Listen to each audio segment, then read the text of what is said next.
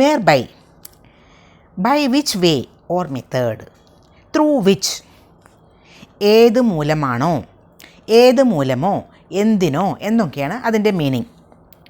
ഒരു മെത്തേഡുണ്ട്, ആ മെത്തേഡ് വഴി. ഒരു പ്ലാൻ ഉണ്ട്, ആ പ്ലാൻ വഴി. ഒരു ടെക്നിക്കുണ്ട്, ആ ടെക്നിക്ക് വഴി. ഇങ്ങനെയൊക്കെ പറയുമ്പോഴാണ് വേർ ബൈ ഉപയോഗിക്കുന്നത്. അതിൻ്റെ എക്സാമ്പിൾ സെൻറ്റൻസ് കാണുമ്പോൾ ഈസി ആയിട്ട് അത് മനസ്സിലാവും.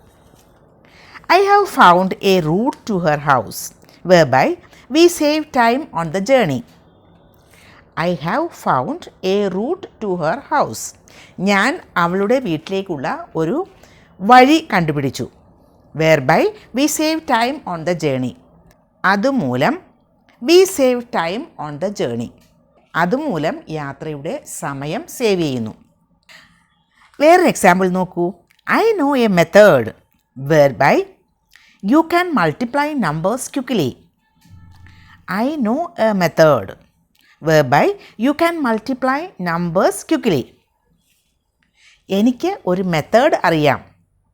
whereby you can multiply numbers quickly. അതുമൂലം നമ്പേഴ്സൊക്കെ വളരെ വേഗത്തിൽ മൾട്ടിപ്ലൈ ചെയ്യാൻ സാധിക്കുന്നു. Next example.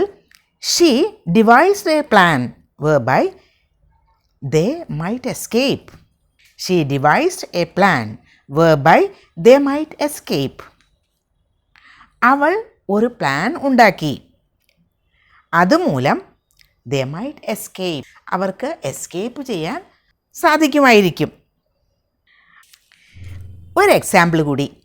There is a sensor on the door whereby you can get an alert message when a stranger comes to your house. There is a sensor on the door. ഡോറിൽ ഒരു sensor ഉണ്ട്.